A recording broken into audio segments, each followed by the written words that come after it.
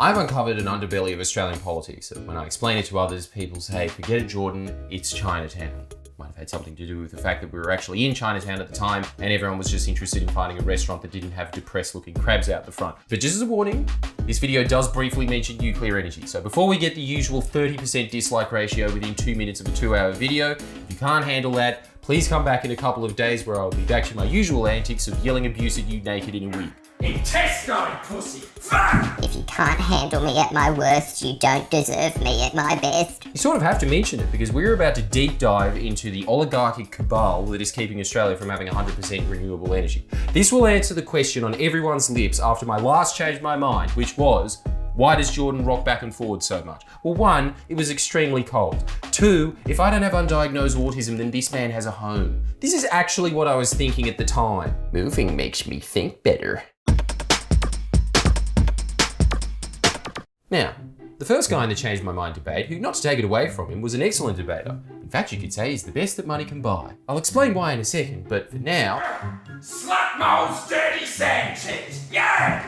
Oh, what is this? 2 for Tuesdays? The general thrust of his argument is more important to get down than informing this mum that Pepsi is not a substitute for breast milk. Because if you notice, he wasn't actually that interested in talking about nuclear energy. Oh no, he didn't have many arguments for why nuclear energy was good, but he had a lot for why renewables are very, very bad. In fact, his entire premise was built around the idea that it's impractical for Australia to have 100% renewable energy, and just thought that he'd casually add in that privatisation's dope. Okay? Wouldn't like to be around him at a Bucks night party? Yeah, take it off! And privatise the electric grid.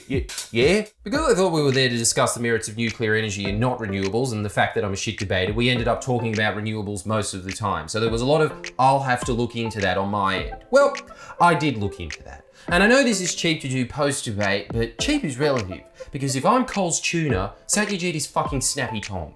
I understand that in a live discussion, everyone's going to make a few boners. Hell, if it wasn't so cold, I might have even had a boner. I said Germany was the largest exporter of energy in Europe. It was in 2018, but France got that title back in 2019. I mixed up that as a result of climate change, French power plants were nearly shut down due to the plant itself overheating and were actually shut down due to the fact that the plant was overheating the environment. I used a Stanford study that I wasn't aware at the time had received credible criticism. Okay, stand by the other dozen studies that I provided, but I withdraw that one. I said that Fukushima has contaminated the Atlantic Ocean all the way to the east coast of America, which is a very geographically difficult position to defend, but nonetheless I stand by it. I did not mean the west coast, it teleported to Jersey, I tells ya. I said that investment firms don't have a dog in the fight, that they're just going to invest in whatever is going to make them the most money. People in the comments outlined that there are certain circumstances where that is not the case. Sure, and I kept using the word withtract because BBC had to withtract that, which turns out doesn't exist. I've been using that word my entire life. I feel like a mafia don. Why didn't nobody tell me? I get it. Po Body's nerf it. It's a 2-hour live discussion about the energy grid. What I don't get is why there was 100,000 people interested in watching that, but understandably, everyone's going to make a few misquotes. Can you honestly say the same about Satyajeet when everything he said about renewables is a lie? Let's start with the biggest fish in the barrel. Baseload power. I already addressed this in the Change My Mind, but I will say it again to be perfectly clear. Baseload power is not an argument, it's a meme. It's the green started the bushfires of renewable trashing, repeated only by Telegraph readers and people who when they retire will be Telegraph readers. And the reason Telegraph readers repeat this is because it's as old as them. Baseload power was an argument in World War II, back when you could buy a house by singing the Zippity Doo-Dah song. Links in the description for anyone who wants to get into the nitty-gritty of it, but for everyone else, baseload power to the energy grid is like the fedora. Society's stance on it has changed. They are really baka. Put aside the volume of scientific bodies and universities, you would be hard-pressed to find even an energy market operator in the world who thinks the most efficient way for a nation to have its power needs met is to have 5 plants belting out power at 2 a.m. in the morning, just in case someone decides to open up an aluminium smelter overnight. The reason I bring up baseload power is that a lot of arguments against renewables all sort of branch off it. Grid stability, firming, intermittency. they're all technically different but substantively the same, as they're all aimed at utilising jargon to confuse the public into thinking that you just don't understand this very technical point that renewable energy can't possibly provide stable and reliable energy despite the fact that they're currently doing so right now. Renewable heavyweights like Germany, Denmark, South Australia have some of the most reliable grids on Earth, but no, put those bottom line facts out of your head because you had to look up what firming means. Noob. Satyajeet using the word firming so much that it got myself firm. With interest. All it means is that in the event that wind and solar fail, you need backup energy. You know, just like you do with all other fucking forms of energy when they fail. Which they do. Just like Victoria and New South Wales coal plants did a couple of summers back. And you know what firmed them up faster than me watching RedTube? South Australia's renewables and batteries. But no, Satyajeet here claims I've read a report from the CSIRO and AEMO making basically the same claim. So these claims are out there, but you actually dig down into what they really say. And they almost always don't take into account the costs of the reliability component of firming capacity, which adds significantly to the price. Well, to quote Joe Rogan, So I went back and reread those studies. In fact, I reread them a few times because US rappers would love my brain, very thick. Turns out, they did account for the cost of firming. While we're on the subject of US rappers, right there. And even with firming, these studies reaffirmed that renewables are the cheapest and cleanest source of energy. But hey, maybe he isn't bullshitting that he read them and hoping no one looked it up. Maybe this is just a much more extreme version of me getting mixed up in why French reactors got shut down. Maybe he actually did read those two government reports and just plumb forgot that they said the exact opposite of what he said. And maybe I've got a clock called Mr. Minute, and every time I ask him for the time, he says, "I don't know, I cannot see my face." What I'm saying is I think he's bullshitting, particularly when he then goes on to claim with such steely resolve. Meanwhile, power prices are skyrocketing and people are complaining, people are angry. That's literally, it's reality. It's happening in front of us. I will look at those stats again. Please. But the last time that I did look at those stats, it was showing that the price of power in South Australia, ever since they've been introducing renewables, has been decreasing. So I looked it up, didn't have to look very far because, don't trust the Guardian? Okay, here's the fucking advertiser. Don't trust the advertiser because it's just the Telegraph for Adelaide, i.e. a shit telegraph? So picky. Here's the AEMC, a government body saying the exact same thing, that renewables made South Australia's energy cheaper. So on one side, we've got the Australia Institute, the Guardian, the advertiser, the state and federal Liberal government versus Satyajeet, who counters in the same way a hobo claims he saw an angel with no sources and a hell of a lot of certainty that they're not. I believe you, Sat. Particularly when the one of two studies you appear to reference in an entire hour, over and over again. Peer-reviewed research, Australian National University. It was public research. It was from Australian National University. I think you can guess where this is going. It was not peer-reviewed. But did you guess this? It wasn't even a study conducted by the ANU. An ANU paper mentioned it. That's a couple of notches down from peer-reviewed and from ANU and study. And it turns out this not ANU, not peer-reviewed paper completely ignores all but a few narrow renewable sources. So the next time you want to get out of washing the car, take a page from Satyajeet's book. Tell your mum there's no car sheen in the garage and cite an extensive study of you looking in the fridge, and that your garage search of the fridge was peer-reviewed by the ANU. And the other study he brings up is a BA economics report. A report from BA Economics. Which country is this? Australia. This is what's happening right now. Interesting, I'll look into that. Yeah. Ooh, sounds very official. I wonder who conducted that and oh, snap. Well, if we're feeling charitable, seeing as I dismissed a study from Stanford, I think we can outright dismiss mining giant propaganda. If we're feeling charitable, which I'm not, I'm feeling gluttonous. And this is too filling. Because guess who wrote that report? None other than Mr. Brian Fisher. Satyajeet, the man who just has an interest in energy, brings up one report, one of the whopping two, that was conducted by a man that is so far up the colon of the Minerals Council that not only do scientists not take him seriously, coalition supporting economists don't. It would honestly hold more weight if he said Angus Taylor said renewables are bad. This is the same mining industry cockroach that tried to claim that Bill Shorten's energy policy would cost the economy $500 billion. How? By assuming, just out of thin air, wheel of fortuning that renewables are going to cost 5 to 10 times more than they currently do. even though wind and solar has dropped in price by more than 2/3 over the last decade, for no reason at all, unlike every other technology on Earth other than graphics cards used in Bitcoin mining, they're going to skyrocket in price. Because why? The De Beers are going to buy them all and hoard them in their diamond mines? Brian Fisher is a very well-known, bought and sold modelling for sale mining industry cocklicker. And according to people who aren't economic prostitutes, renewables will continue to fall in price, and not only that, cause prices to drop for more than they're subsidised for. Yet Satyajeet, in a later letter, claims that I don't read outside sources that don't confirm my own worldview. This is coming from a man who claims to have read sources that completely contradict his worldview, and yet claims that they reinforce his worldview. Peter credible. But I'll admit to that. I was reading in a bubble known as academia. Therefore, I didn't run into the clearly superior intellectual planet hovering above our mortal world in Dragon Ball Z that Satyajeet inhabits of mining industry propaganda and peer-reviewed ANU studies that he imagined. Those are his two sources, a Minerals Council pamphlet and his imagination.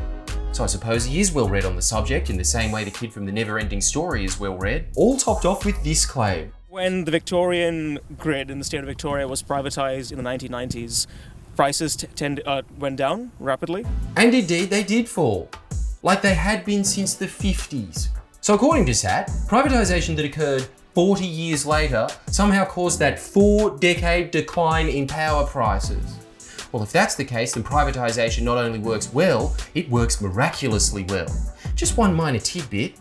I wonder how he explains that the only reason power prices in Victoria remained competitive is that privatisation of Victoria's grid was subsidised by the federal government, i.e. the state was still paying for Victoria's electricity prices at the time. So yes, Satyajeet is right. If you do privatisation in a certain way, it does make cheaper prices. And that certain way is that if you privatise it in name only, and then those companies receive the dole. He then uses this factually wrong example as evidence when I claim The wholesale price of power has decreased in Germany. The reason that power prices are increasing is the same reason that they increase in Australia. It's because private companies control how much these cost. Well, you can make that face, but that's the reality of the situation. That's not the reality. That's what do you mean that's not the reality of it? Why is that an absurd claim? There's not one paper on Germany. There's tons of research on it. It's well established. It's borne out by statistics. Like, the moment you shove in more renewables, the prices go up because you have to invest in the network assets and things to make that viable, and you need to invest in firming capacity. This is empirically proven. You don't even need a paper to make a prediction. It's actually happened. Here's the graph from Germany. Germany's power prices were already high due to privatisation. Renewables made them cheaper. It's the same pattern that he uses over and over from Japan to Germany to South Australia. He claims that it's not because those markets were already privatised. He claims that renewables bought up the power price, and his example is Victoria. Which, if you don't believe the graph, ask your average Victorian as they pay the fucking bill. This just leaves one question unanswered. Why would such an articulate young man who accuses others of not reading outside their bubble be so trapped inside the Murdoch bubble that it would make American tourists who humour French mime artists say, "You are trapped in a bubble"? Oh well, I guess we'll never know. Anyway, time for me to do a review of my favourite comedy show of all time, Credlin. Oh, what's this? Satyajeet? Well, it looks like he's not only figuratively in the bubble, he's literally in the bubble. Talking about how rad the Liberal Party's massive tax cuts to the upper class are. What is it that he said he did again? My background is in nuclear physics. And then later in that same clip, when asked about it again... You're studying physics, right? Is that the deal? No, what do you I do? did law and media. I wonder why he's so elusive about what he does. Oh well, let me just scroll through the Telegraph for content and... there he is again.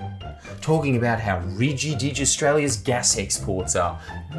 Murdoch seems to love Satyajeet more than this fat kid loves cake. He's just all over it. Better look into this, and yep, he did study media and law, that checks out. What he fails to mention is that he's now a lobbyist for the Australian Taxpayer Alliance. Well, how about that? I was basically arguing with a much more educated version of I'm a bit of a leftist when it comes to some economics. Guess that explains how he had all the bullshit anti-renewables talking points down pat. He invented them. Now Satyajeet claims that his good name is being besmirched, that he told me he was from the ATA, that he even gave me his business card. It's just that all of that was off camera. Needless to say, I do not recall that, If I did, this would have been flashing on screen the entire time. How convenient that on camera he had the brief hallucination that he had a background in nuclear science, which I'm sure was just an out-of-the-blue astral projection, as you know who people trust more than scientists? Lobbyists for the fossil fuel industry. But I'm willing to show Satyajeet a little more leniency than he is the future generations of this country, because it turns out that the audio was still recording after the cameras were turned off. We listened back to it, he did tell me he was from the ATA. I'm with the Taxpayers Alliance, so we basically push the government for like lower taxes and things like that. But back then, he might as well have been saying that he worked at Company Global Hyper Meganet. Fine, it's not important. What the fuck does that mean? I had no idea at the time, which is why I instantly forgot that. I then looked up what the ATA does, and it would be my absolute pleasure to share their work with you. The ATA want even more exports from coal seam gas, and why not? It's not like we're facing a climate crisis or anything. They can't wait for that shale oil revolution. They want to end what little oversight remains on water theft in the Murray-Darling. I guess so everyone in the country knows what it's like to be as thirsty as they clearly are. And just to balance out that karmic debt that they've accumulated from wanting more nationwide bushfires, ATA envisions a future where tobacco companies are even more profitable than they are now by lifting regulation and tax off of them. Wow. Now there's a man that clearly cares about the future of this country. So when he claims, I don't have a dog in this fight. You see, I think you do. I think you're funded by the Koch brothers. Oops, sorry. There we are. To which he claims that it is a conspiracy theory of vaccine causes autism levels proportions to suggest that the Koch brothers would fund his lobby group, which I was relieved to read. Because as someone who uses Brian Fisher as a source without even the slightest hint of sarcasm, I wouldn't put it past him to be an anti-vaxxer. Now to use your favourite catchphrase, Satyajeet. Oh, come on. You not being funded by Koch brother money is about as likely as your idea that nuclear power will have safe levels of regulation on it when pricks like you are constantly advocating for less regulation. Your founder and owner, Tim Andrews, who has the most punchable face on earth, he's in hot competition with everyone who works for him, and we have a new champion. Ding ding. Man who looks like virtually every US mass shooter mixed with Paul Giamatti. Not my opinion, fact. Put him in the middle and it looks like the beginning to the Brady Bunch. Mr. Andrews, their founder, is a Koch associate who lives in Washington, DC and is the director of a Koch-funded think tank called the Taxpayer Protection Alliance, whose policy positions are about as different to the ATA's as their names, i.e. there is fuck all difference. So even if the Kochtopus doesn't fund the ATA, let's put it this way. The guy from Pulp Fiction with the shotgun doesn't fund the GIMP either. He's just his bitch. If you're not a Koch goon, you're a Koch GIMP. You claiming, using the obviously standard organisation talking point that you have been trained to parrot, that the Kochs can't fund the ATA because they don't fund foreign organisations. Well, I guess that's the end of that. We've got Charles Koch's word, and Charles Koch's word is like Russell Crowe's music, respected by all. At least we know that Russell Crowe's bands are fucking pile of shit. I believe you, Sat.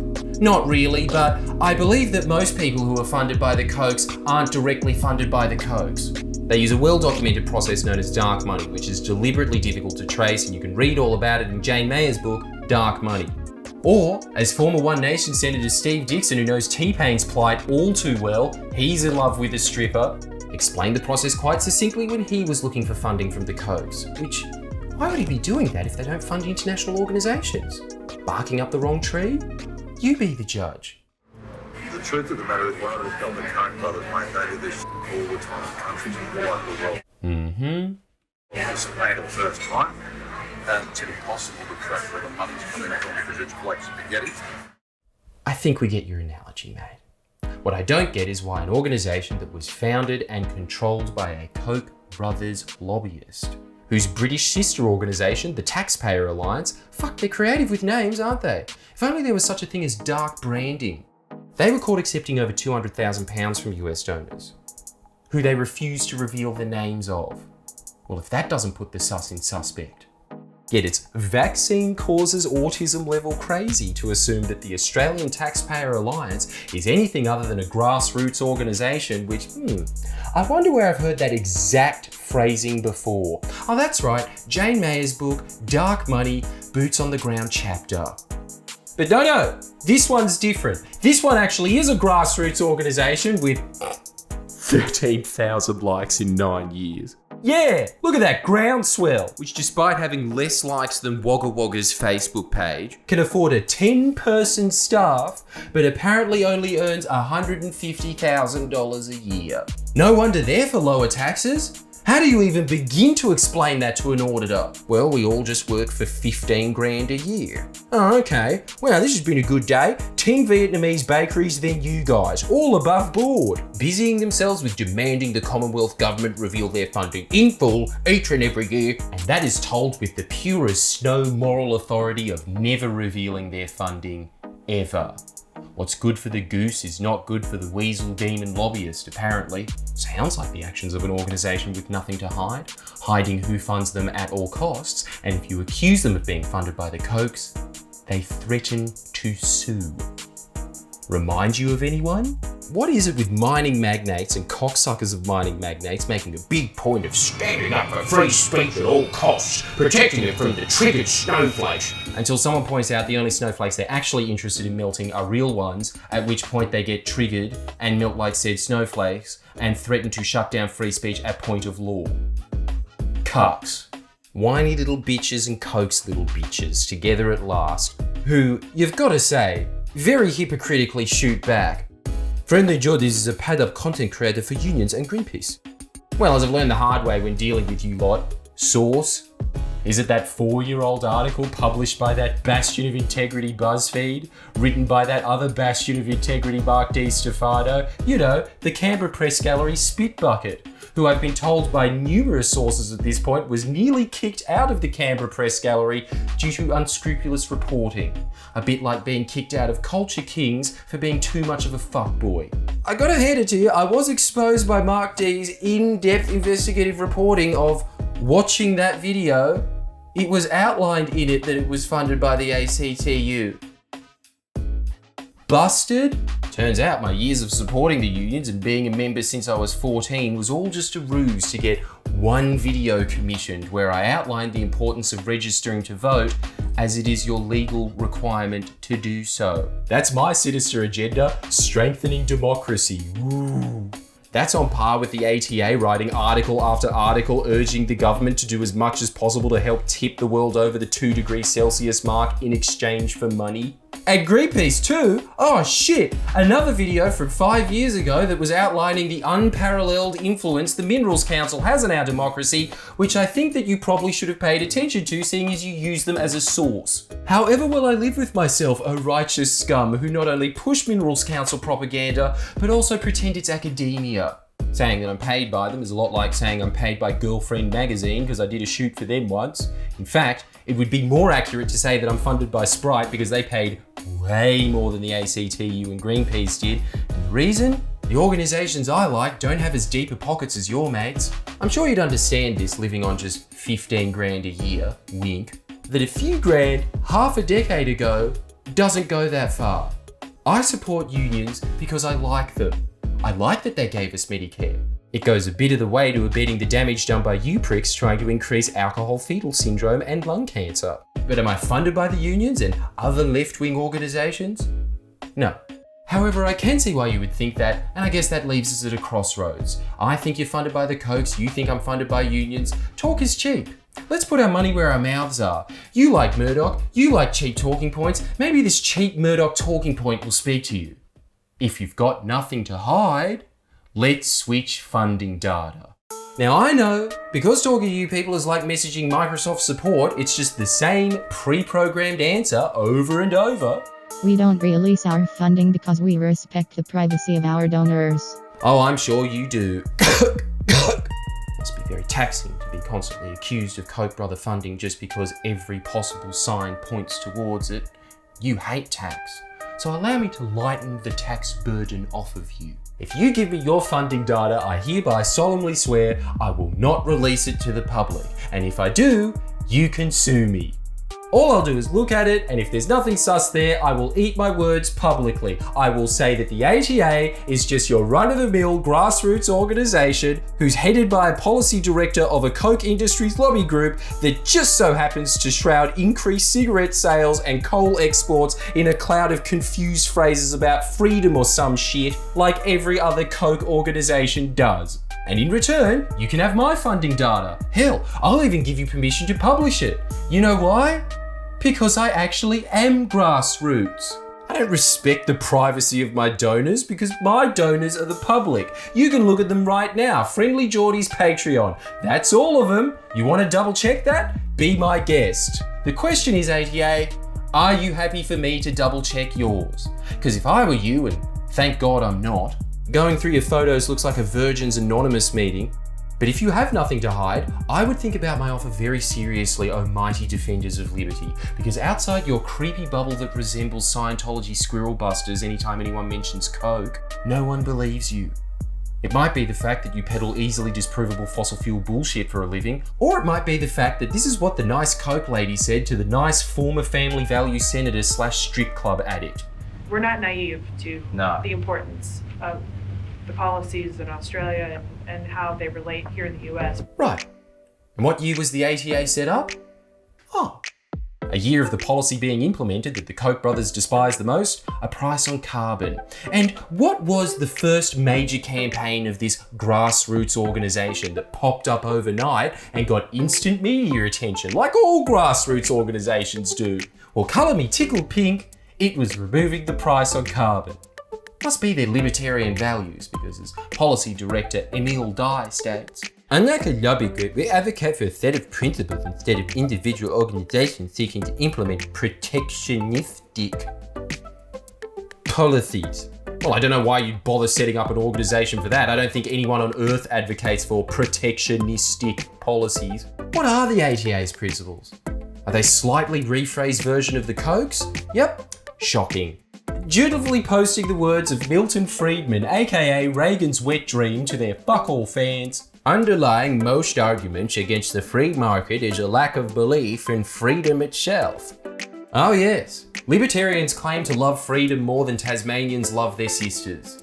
Except for when that freedom starts to rub up against Koch brother profits. At that point, they get so pro-state it'd make even Stalin say, maybe you should ease up.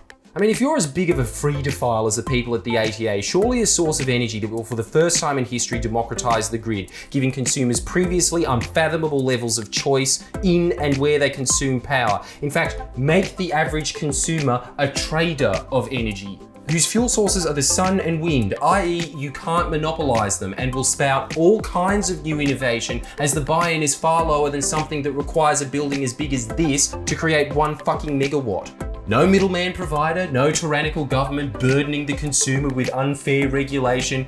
If you truly believed in free market principles, surely you would be yelling, jump free windy, jump! Because please, for the love of God, explain to me how a free market could possibly get any freer than a market that offers its product for free.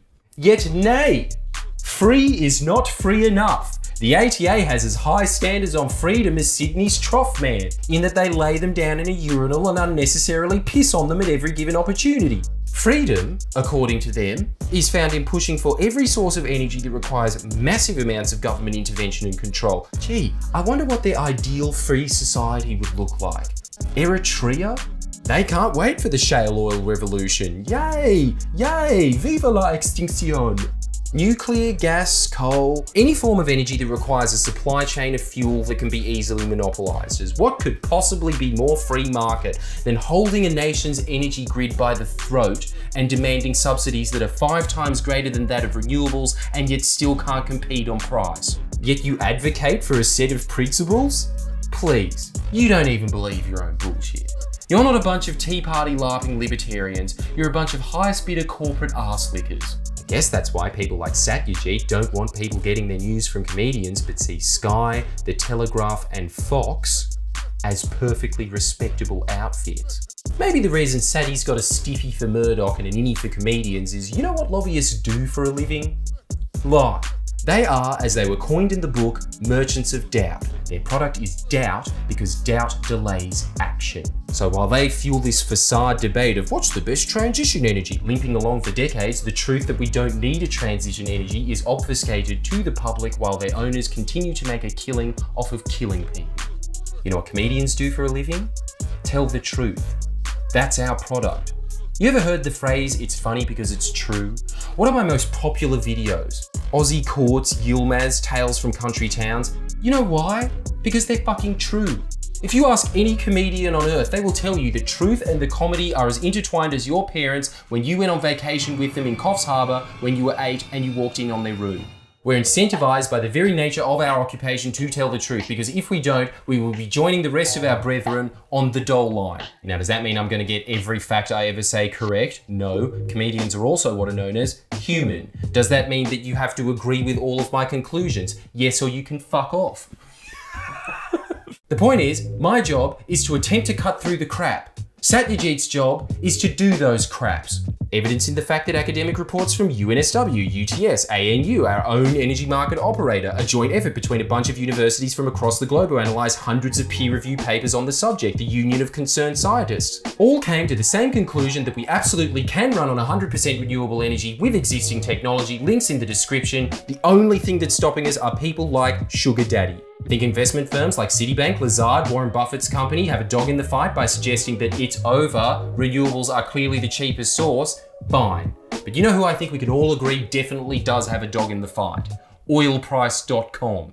They say renewables are the cheapest source of energy. Don't believe them? Would you believe our own energy market operator? The price in India, the US, the UK, Japan, EU, BBC, Forbes, the IPCC, the CSIRO, the Nuclear Industry Status Report, your fucking power bill. Reality.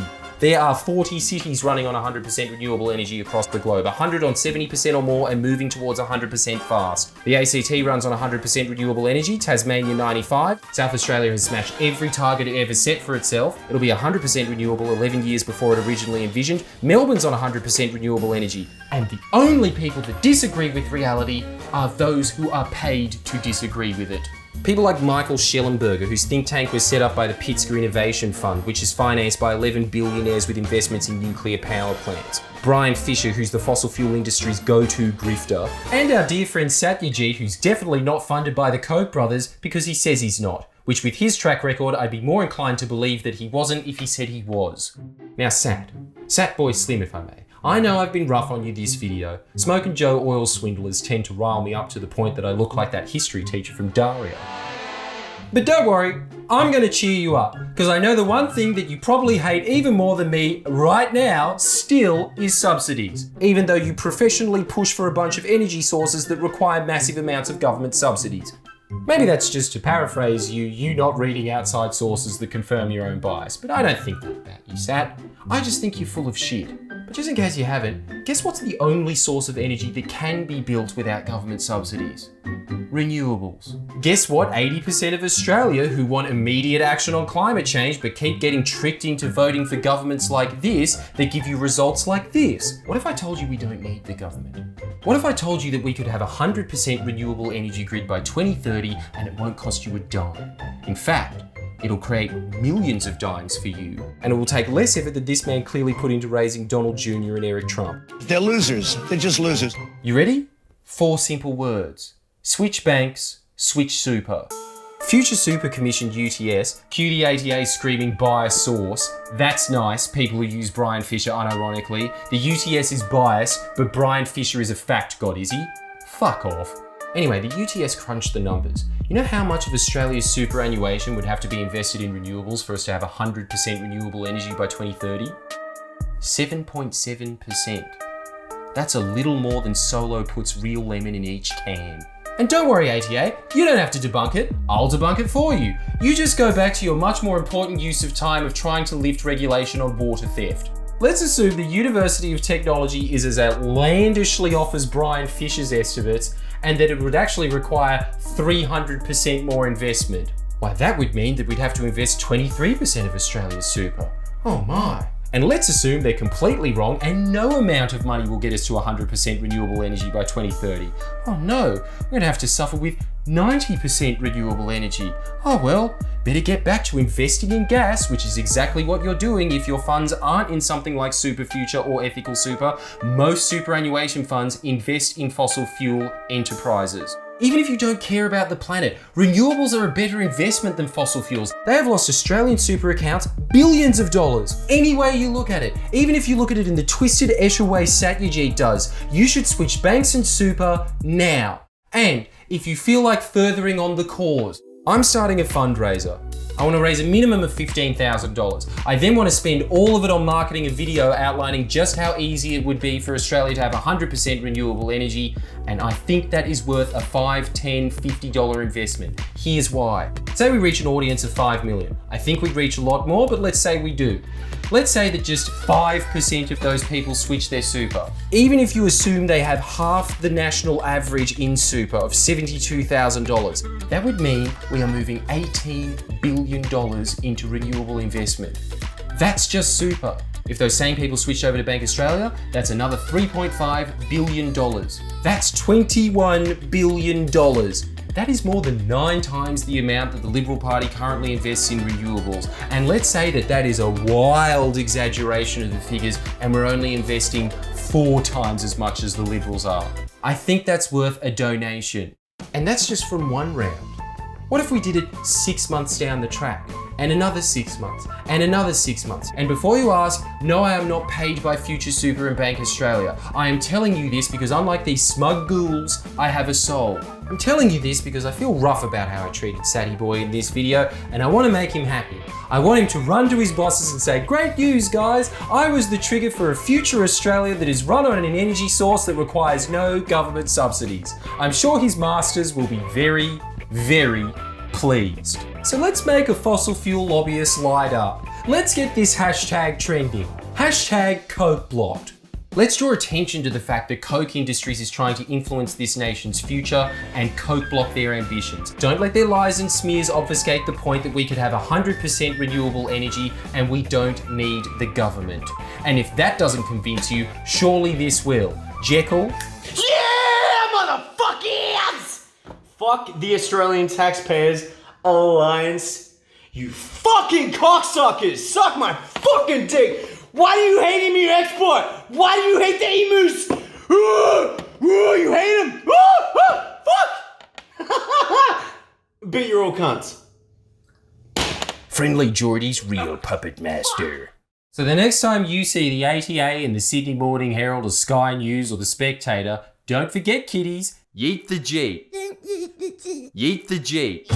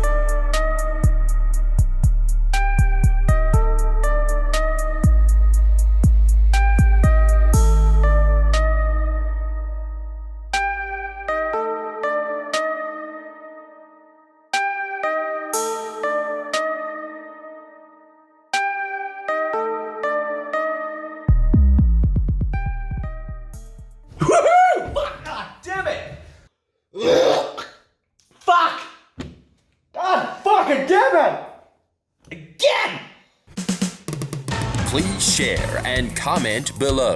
Comment.